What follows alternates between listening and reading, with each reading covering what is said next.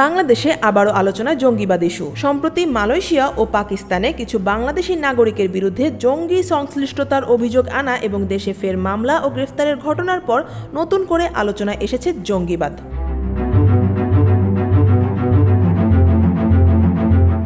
2024 সালের 5ই আগস্ট ছাত্র জনতার অভ্যুত্থানে তৎকালীন প্রধানমন্ত্রী শেখ হাসিনার পতনের পর একদিকে জঙ্গি মামলার শত শত আসামি জামিনে মুক্ত হয়েছেন, অন্যদিকে নতুন করে গ্রেফতার ও মামলা হয়েছে। বর্তমান অন্তর্বর্তী সরকারের সময়ে পুলিশ ও নীতি নির্ধারকদের পক্ষ থেকে বলা হয়েছিল বাংলাদেশে এখন জঙ্গিবাদের কোনো অস্তিত্ব নেই, কিন্তু নতুন মামলার ঘটনায় বিষয়টি নিয়ে ফের বিতর্ক শুরু হয়েছে। দেশের ইসলামপন্থী দল ও সংগঠনগুলোর নেতাদের কেউ কেউ একে নতুন নাটক হিসেবেও আখ্যায়িত করেছেন।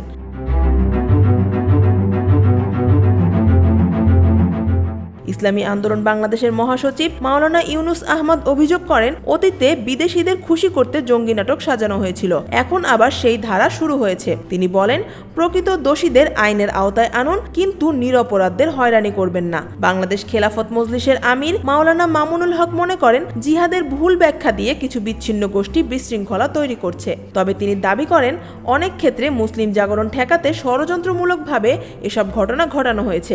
একই সঙ্গে তিনি সতর্ক করে বলেন, আগের সরকারের মতো যদি বর্তমান সরকারও ইসলামী আন্দোলনকে ঘায়েল করার জন্য জঙ্গি কার্ড ব্যবহার করে, তবে তা তাদের জন্য বুমেরাং হবে।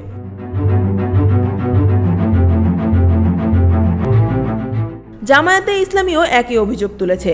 দলের মিডিয়া সেক্রেটারি মতিউর রহমান আকন্দ বলেন, জঙ্গিবাদের নামে অতীতে ইসলাম ও ইসলামী আন্দোলনকে বিতর্কিত করা হয়েছে।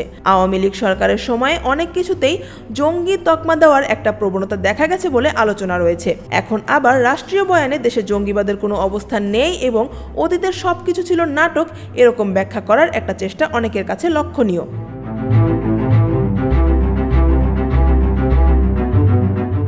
ইতিপূর্বে বাংলাদেশে হলি আর্টিজানের হামলা, বিদেশি নাগরিক, ব্লগার, প্রকাশকদের হত্যার ঘটনা, সারা দেশে একযোগে বোমা হামলা, আদালতে বোমা হামলার মতো ঘটনা এবং এরকম বিভিন্ন সন্ত্রাসী হামলায় আন্তর্জাতিক জঙ্গি সংগঠনকে দায় স্বীকার করতেও দেখা গেছে।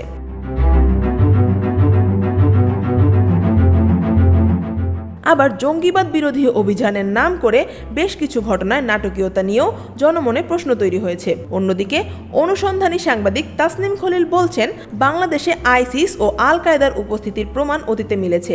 তার মতে এখন জিহাদি গ্রুপগুলো আগের মতো চাপের মুখে নেই। তবে তিনি আরও উল্লেখ করেন, বর্তমানে অনেক উগ্রপন্থী ব্যক্তি মূলধারার রাজনীতিতে আসার চেষ্টা করছে।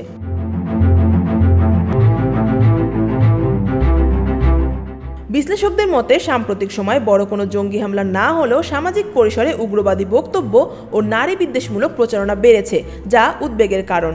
তাসনিম খলিলের ভাষায়, এখন জিহাদিদের আলাদা করে সক্রিয় হওয়ার তেমন দরকার হচ্ছে না, কারণ মূলধারাতেই কদর্য ধারণাগুলো প্রবল হচ্ছে।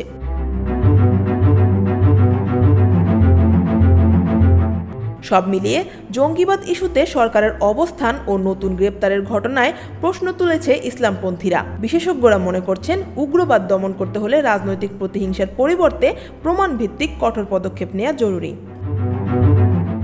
Afia Akter, desk report, Dhaka watch.